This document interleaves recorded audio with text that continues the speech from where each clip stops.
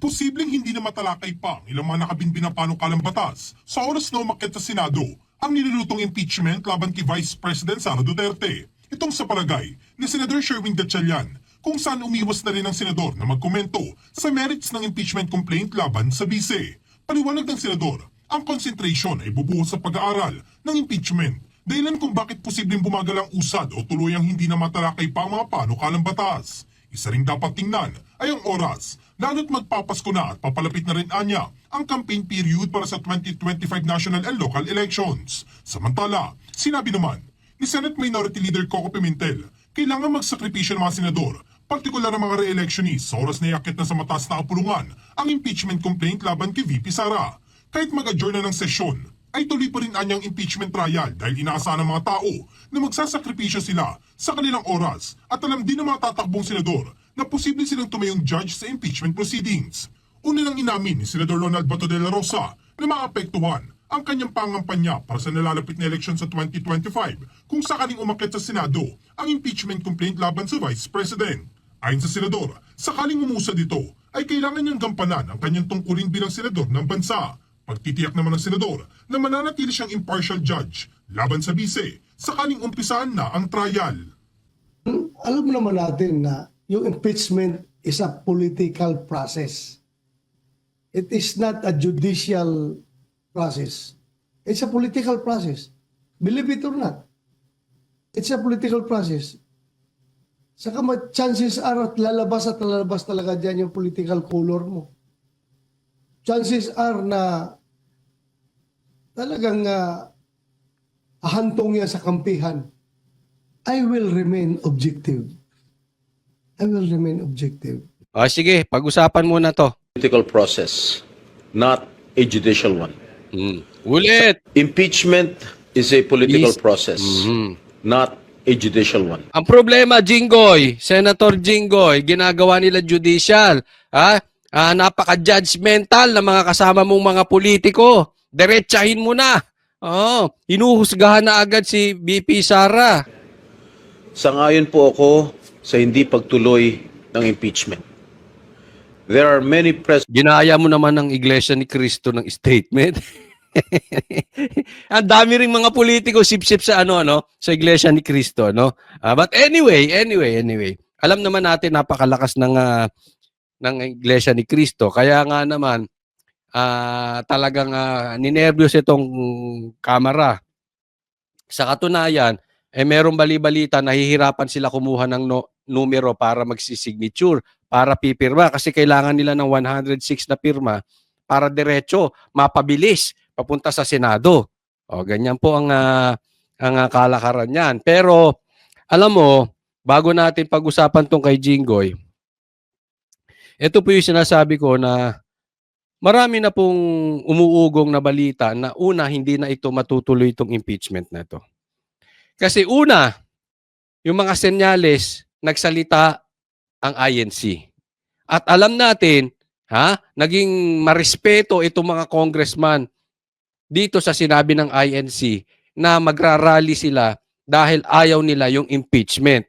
Napakaliwanag po nito. After nung statement na yon, nagpatawag na ng meeting sa Malacanang. Nagpunta 200 plus na congressmen diyan sa Malacanang mismo, sa palasyo. At ang umuugong, ayaw magsipirma ng mga kongresista. Dahil nga naman, mapapasama ang kanilang diretsahin na po natin. This is a political suicide. Matagal na po nating sinasabi, si BP Sara at si BBM ay uniteam pa. Binabanggit ko po sa aking channel, doon sa matagal na nanonood ng live ko, it's a death sentence ang kalabanin ng Duterte. Dahil alam natin na malakas pa rin ang Duterte. Pero yan pa rin ang ginawa. At ngayon, eto na. Eto na po, doon sa pirmahan. Wala na pong urungan to, magkakaalaman. Hindi na pwedeng makatamba ka and at the same time, Sara Duterte ka. Hindi na po. Kasi pag pinirmahan mo yan, ibig sabihin, ayaw mo si Duterte. Tama yung sinasabi ni Jinggoy. This is a political issue. Not a judicial issue. Kaya nga naman, yan ang balita na mag-aalatore na tong mga to. Anong alatore? Di ba? Ano? Yung sinasabi na naalala nyo yung sumugod sila sa KOJC at naghukay sila doon. Naghahanap na sila ng exit na paraan para hindi sila kahiya-hiya. Kasi may hukay doon. Tapos hindi nila mahuli si Pastor Kibuloy. Di ba? So naghahanap na sila ng issue. Kaya nga ang nababalitaan that time na talagang magdadampot sila ng mga vloggers, ng mga media ron. Paiikutin nila na kaya hindi nila mahuli dahil kasalanan ng media. Ganyan na po ang usapin nun. Ganyan na po ang nakakarating sa aming balita. Bakit? Para isalba ang kanilang kahihiyan. Ito na po ang katatapusan niyan. Magsasalba na po sila ng kahihiyan. Bakit? Kasi hindi ito magsusurvive. Una, sa Senado pa lang alam mo sasablay. Pangalawa, natakot sila sa INC. Pangatlo, maraming ayaw pumirma na kongresista. So, paano nila isasalba ang kanilang kahihiyan? Sasabihin nila, malamang-lamang ha, kulang na sa oras. Sasabihin nila, ayaw pumirma ng kongresista kasi gusto muna nilang makita yung laman ng impeachment. Pero pagka hindi sila pumirma, ibig sabihin, tatalakayin pa sa Kongreso. Pag tinalakay sa Kongreso, hindi naaabot. So ang anong excuse nila? Para hindi sila nakakahiya na hindi magtutuloy yung impeachment, na hindi magmumukhang tanga. Diretsahin na natin, na hindi magmumukhang tanga si Martin, si BBM at ang Quadcom. Ano yun? Kulang na sa oras. Tingnan nyo po yan ang magiging exit route nila. Yan po ang pinag-uusapan ngayon. Yan na po ang kumakalat sa mga group chat ng mga reliable sources. Okay? So, paano? Sige nga, paano nila tatakasan yung nakakahiya na yung impeachment sila? Pagkatapos, andyan ang impeachment, hindi naman pala nila kaya na naramdaman nila ang lakas ng puwersa ng Duterte. Kaya tayo ay magdiwang at tayo ay patuloy na mag-ingay dito sa social media. Pressing problems in our country that need to be addressed, not only by the two highest officials, but also by us, lawmakers. Impeachment will only sow divisiveness and distract us from the urgent and pressing issues we must collectively address. Yun, nag-English si Jinggoy. Alam mo, sa dami mo nang sinabi dyan sa Senado, parang dito lang ako, eto lang ang nagustuhan ko sa sinabi ni Jinggoy.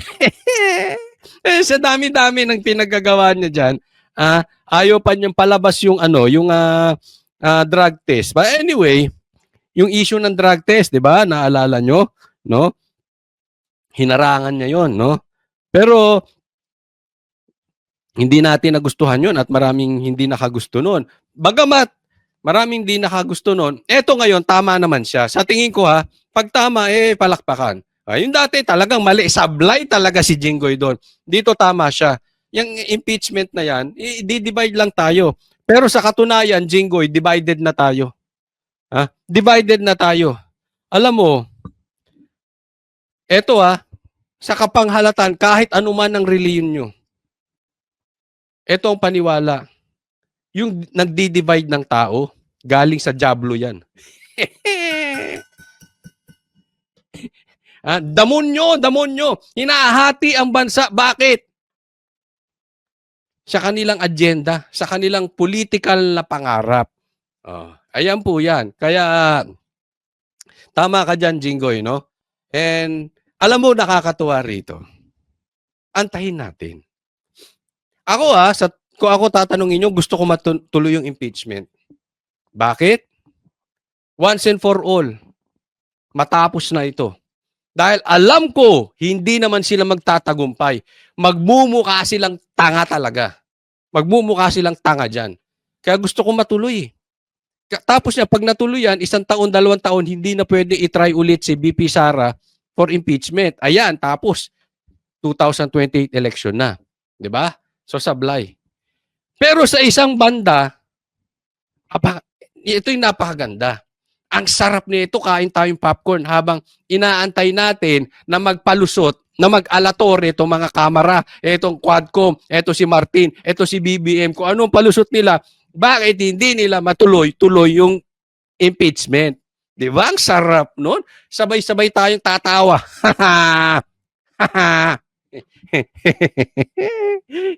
Di ba? Biglang inurong, isipin mo, nakipagkuntsaba ka na sa mga NPA komunista, di umano. May di umano, ha? Oh. Nakipagkuntsaba ka na, sablay ka pa, hindi pa rin yung maituloy-tuloy. Ang laki na ng inubos nyo sa kakaayuda. Ayaw pa rin sa'yo ng tao. Kakahiya yun. Impeachment moves should be firmly rooted in the principles of justice and accountability, not personal or partisan motives.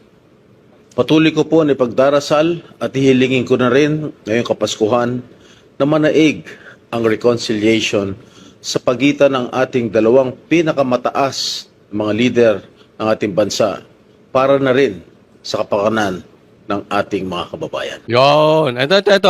Tanong natin, bago tayo pumunta sa patayan nitong kay Marcoleta. Tanong ko po sa inyo, ha?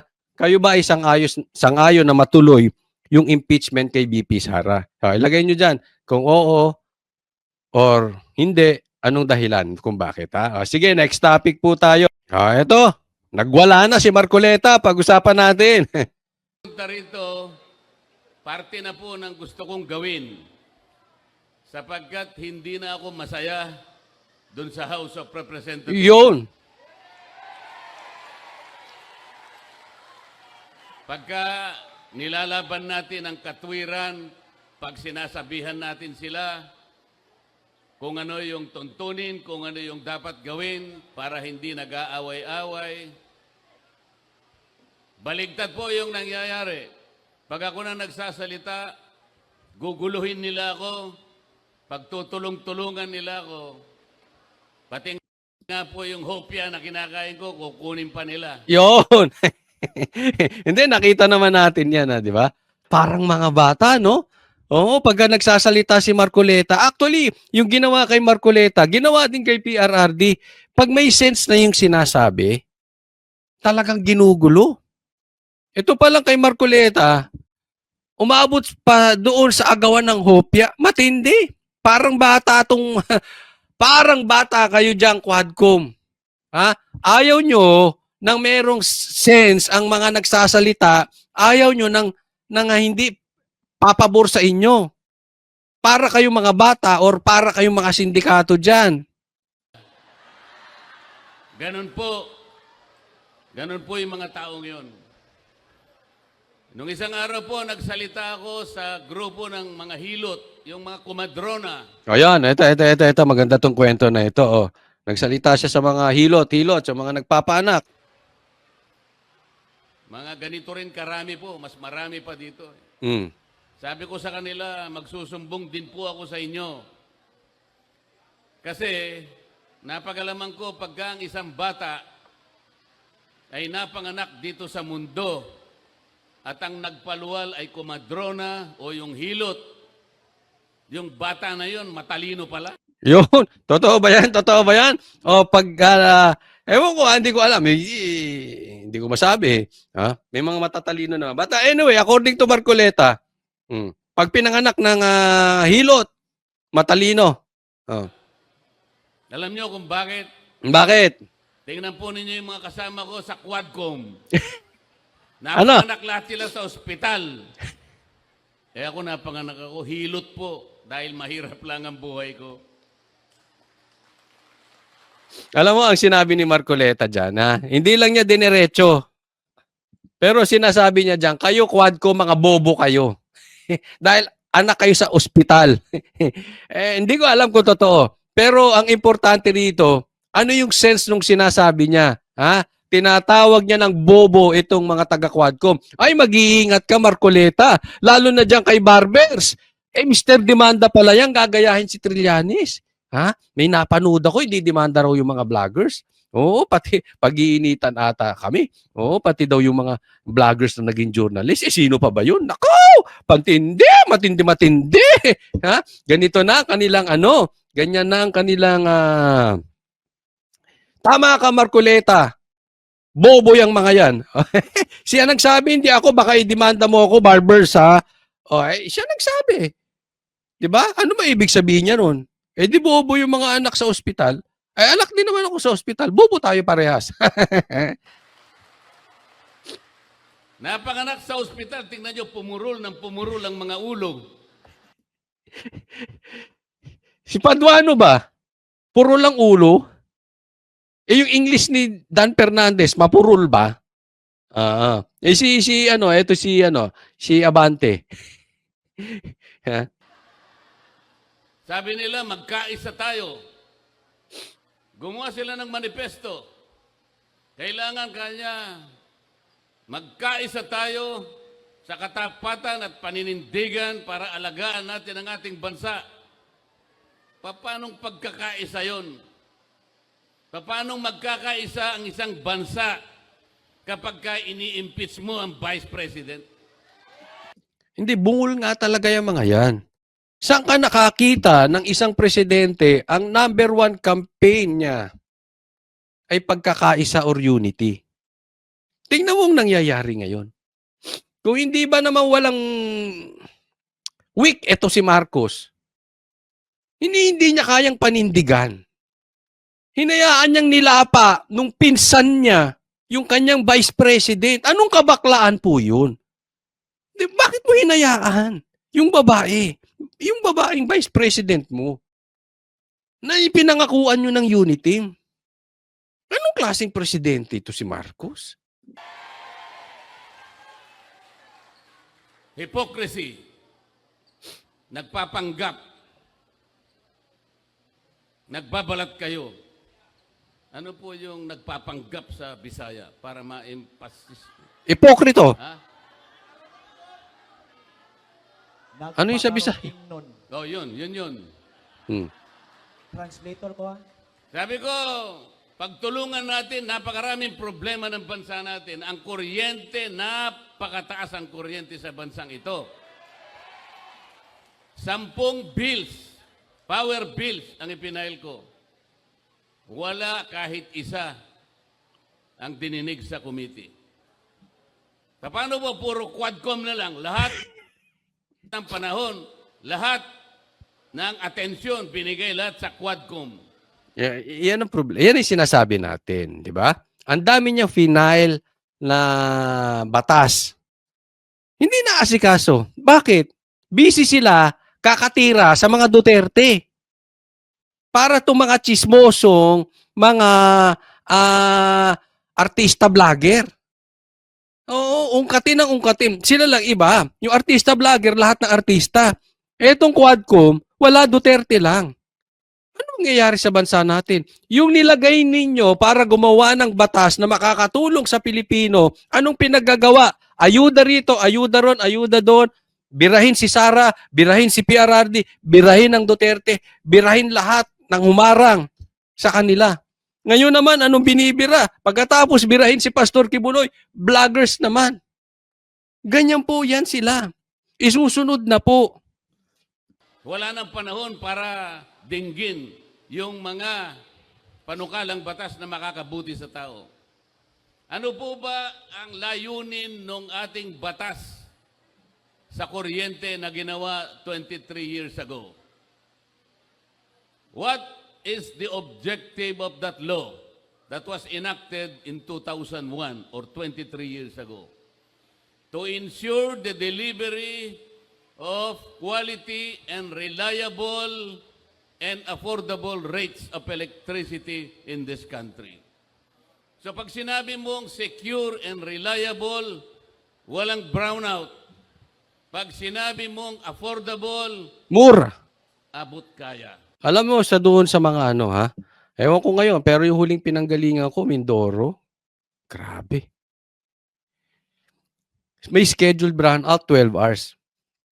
Mahal na yung kuryente, puro pa brownout. Grabe, ganun katindi.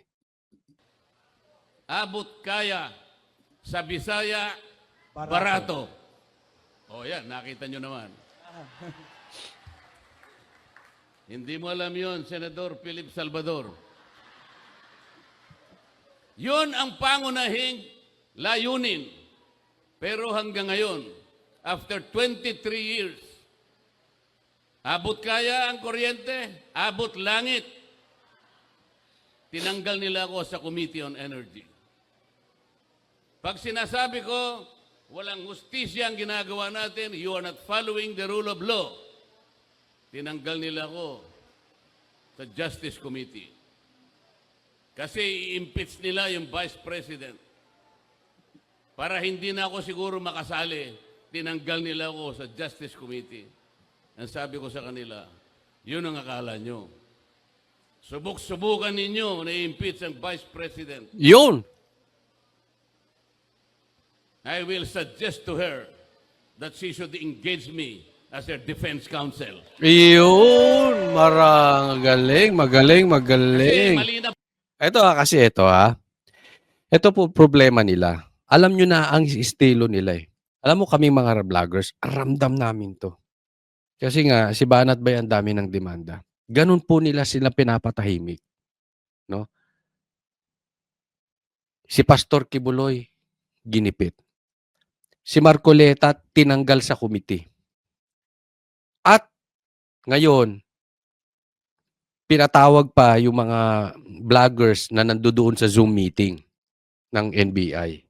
Yan na po ang isusunod nila, kami mga vloggers. Kaya hopefully, nandiyan kayo sa likod namin at tulungan nyo kami. Pwede ba ako makahingi dito, dito sa mga manonood natin na susuporta sa amin hanggang dulo? Dahil alam ko parating na mga demanda sa mga vloggers at talagang pag-iinitan at patatahimikin kami. So, sige nga, palagay mga fist bump doon sa mga susuporta sa mga vloggers na patatahimikin. Kasi, yan na po ang estilo nila. Yung nag-attend ng Zoom meeting, pinapatawag ng NBI. Si Barbers magdedemanda na sa mga vloggers. At pinag-uusapan na napapatawag sa Quadcom. No? Yan ang narinig ko kay Barbers. Yan na po ang galawan nila. Alam mo, hindi na po makatao. Hindi na po tayo parang demokrasya. Para tayong komunista na. Ang gusto nila, yung lagi lang nilang maririnig. Alam mo anong susunod dito? Paano halimbawa, yung Zoom meeting, nakipag-usap lang kay BP Sara, pinapatawag sa NBI. Halimbawa, makipagkita kami kay BP Sara. Kakasuhan nyo kami? Dahil pabor kami kay BP Sara? Lahat na lang ng kaibigan ng Duterte, kakasuhan nyo? Na-meet pa naman namin si BP Sara. Malay nyo, magkita kami ulit. Malay nyo, lagi namin nakakasama si PRRD. Di ba? Ganun na. Zoom meeting lang pinapatawag nyo. What's next? Palala po to ng palala. Because they are getting desperate. Dahil kahit parang droga yan eh. Yung una tikim lang. Pero habang tumatagal, tumataas ang dosage mo kasi yung dating tikim mo hindi na tumatama.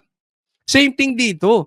Yung dating ginagawa nila, napapansin nila, hindi na umuubra. Teka muna, ginawa na natin to, ginawa na natin kay BP Sara, ginawa na natin to. Palpak pa rin. Subukan nga natin patihimikin kasi nalalaman ng taong bayan ang balita patungkol kay BP Sara through sa vloggers. Kasi yung media, hawak naman nila eh. Meron pa bang binabalita ko? Hindi purihin si Tamba? Karamihan sa mainstream media, hindi man lahat karamihan niya ng binabalita. Paano lang nakakarating ang balita sa taong bayan na totoo? Through vloggers. Kaya galit sila sa vloggers. Yan ang gagawin nila ngayon.